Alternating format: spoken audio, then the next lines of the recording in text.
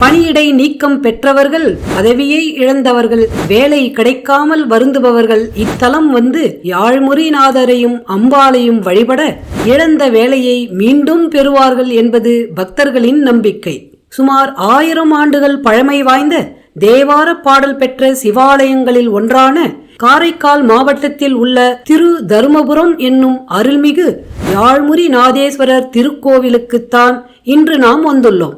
இத்தலத்தின் வரலாற்றில் மிகவும் சிறப்புக்குரியவர் திருநீலகண்ட யாழ்ப்பாண நாயனார். திருஞான சம்பந்தருடன் இணைந்து சிவத்தல யாத்திரை மேற்கொண்டார். சம்பந்தரின் பதிகங்களுக்கு யாழெனும் இசைக்கருவியை இனிமையாக இசைக்கும் திறமையை பெற்றிருந்த யாழ்ப்பாண நாயனாருக்கு சம்பந்தர் மாதர் மடபிடியும் மடவண்ணமும் என்றும் தொடங்கும் பதிகம் பாட யாழ்ப்பாணார் எவ்வளவு முயன்றும் அப்பாடலுக்கு சரியாக யாழ் இசைக்க முடியவில்லை.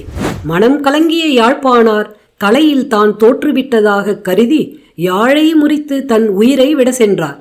அப்போது சிவபெருமான் அவருக்கு காட்சி கொடுத்ததுடன் யாழை வாங்கி சம்பந்தரின் பதிகத்திற்கு ஏற்ப வாசித்து ஆனந்த நடனமும் ஆடினார்.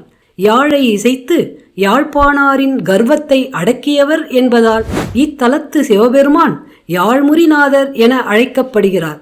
இந்த கோவிலை பற்றிய முழு வீடியோவை எங்கள் யூடியூப் சேனலில் உள்ளது. ஆன்மீகம் மற்றும் வரலாற்று தகவல்களுக்கு எங்கள் சேனலை சப்ஸ்கிரைப் செய்து கொள்ளுங்கள்.